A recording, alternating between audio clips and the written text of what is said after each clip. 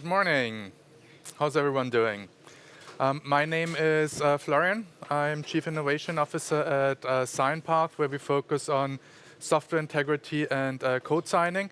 But today I'm here on behalf of the IoT Security Foundation, where I lead the regulatory watch group, where we pay attention and discuss international regulations, discuss security in general in the IoT, with focus on IoT and in the IoT space.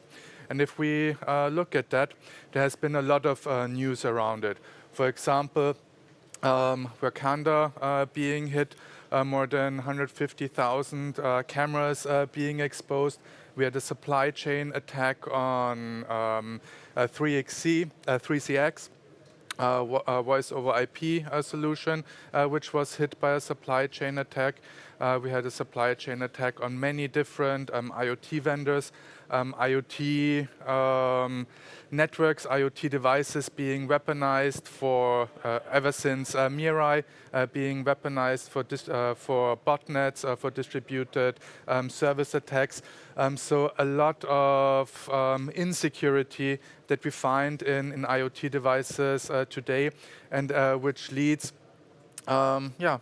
not too much trust from consumers. And if trust is leaving, this is when regulation has to intervene and make sure that the trust is established again, because these security incidents are not only an inconvenience to consumers, but they start to impact individuals, impact business, even starting to be a threat to national security.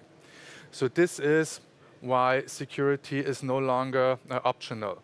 So around the globe, we see many different initiatives emerging from the US to all around the world, to Australia, with also, of course, much concentration in Europe, where different national initiatives started in the past year, and they are being superseded by the Radio Equipment Directive at the moment, which is affecting many IoT devices, and with the Cyber Resilience Act, which we have heard about much already today, but which will also be the focus of my discussion today.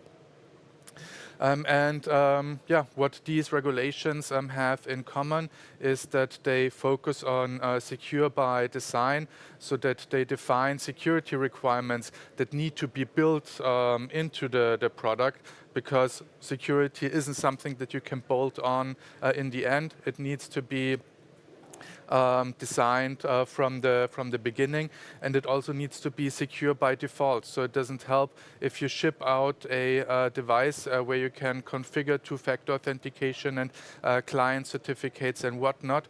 But if you deliver it with default passwords, you can rest assured that at least half of the devices will keep these default passwords and will remain vulnerable, although you may have the highest security options available to the devices.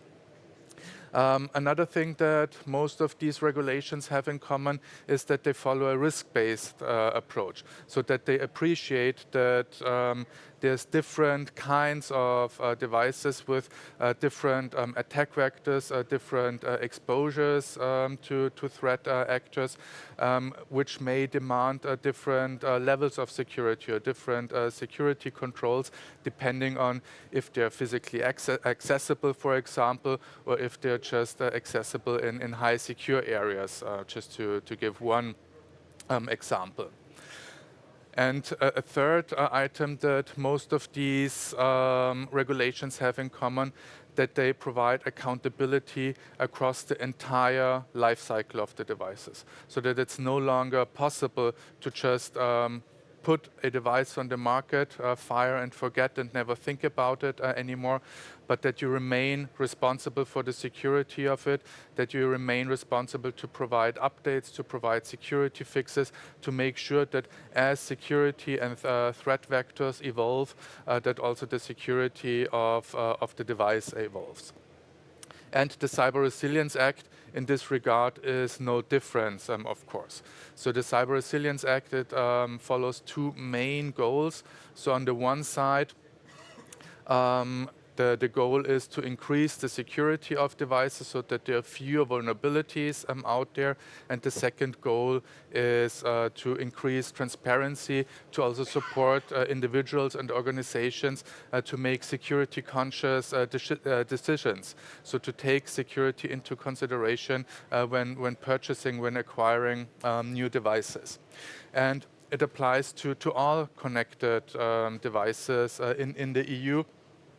As I mentioned before, requires secure by design processes, mandates that you manage the vulnerability, provide vulnerability updates, actively inform about vulnerabilities, and also transparency.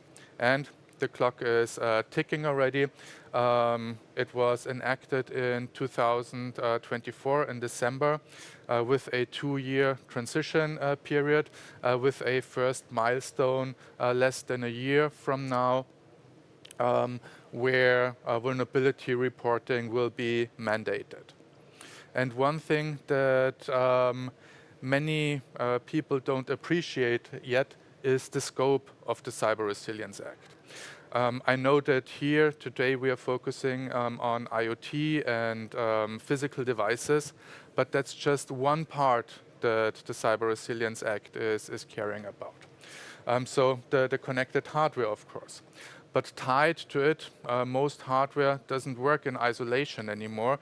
Usually they're tied to some backend systems, which are called remote data processing solutions in the Cyber Resilience Act. So these are in scope as well.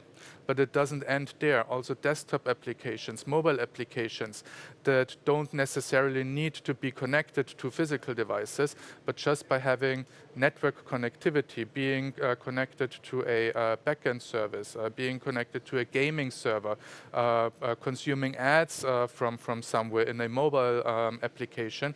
All of these pieces of software are considered products with digital elements under the Cyber Resilience Act and will need to take into consideration the new security requirements. And of course, there's more than just the Cyber Resilience Act. So if you're operating in an international environment, there's the UK PSTI, which was enacted in 2022. There's several executive orders in the United States.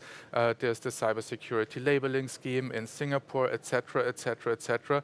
So a lot of regulation.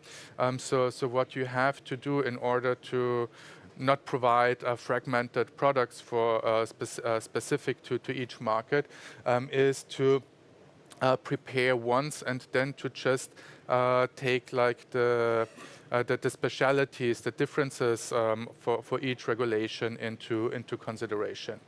And one thing where we as the IoT Security Foundation can help with is that since several years, and it's just released fresh off the press, I think I'm the first person publicly referencing the assurance framework in the new version 4.0. So it provides a concise and set of requirements that can help you to securely develop devices regardless of the regulation that you want to comply with, and will also provide mappings to the different regulations, be it IEC 62443 for industrial areas, be it the UK PSTI or ETSI EN 303645, also the new Cyber Resilience Act, Radio Equipment Directive, etc. So it's available for free. Feel free to download it and join and help the community. So yeah, we need to be secure from the start. So start considering security from the very first day of implementing, creating a product.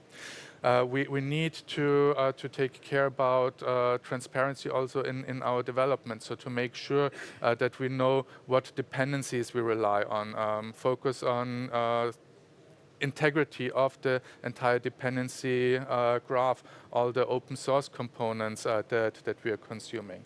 And of course, keep maintenance in mind, that we also have to apply security fixes, monitor the security health of the devices, and also facilitate and participate in coordinated disclosures of vulnerabilities. Yeah, and since I'm almost at the end of my keynote, I also want to provide a short outlook. So what's next?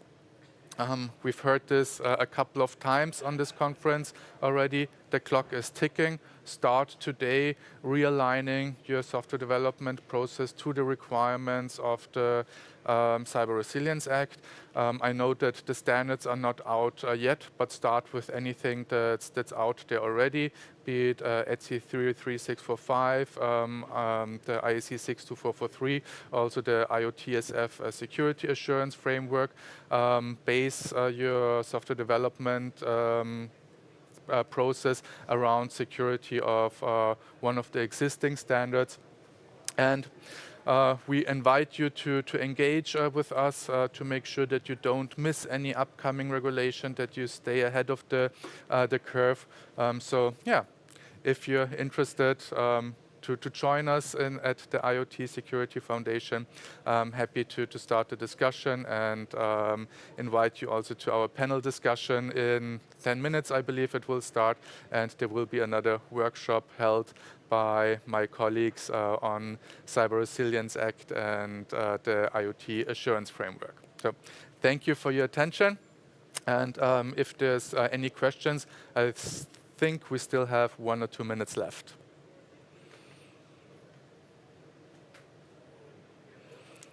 If there's no questions, then thank you again and have a beautiful conference.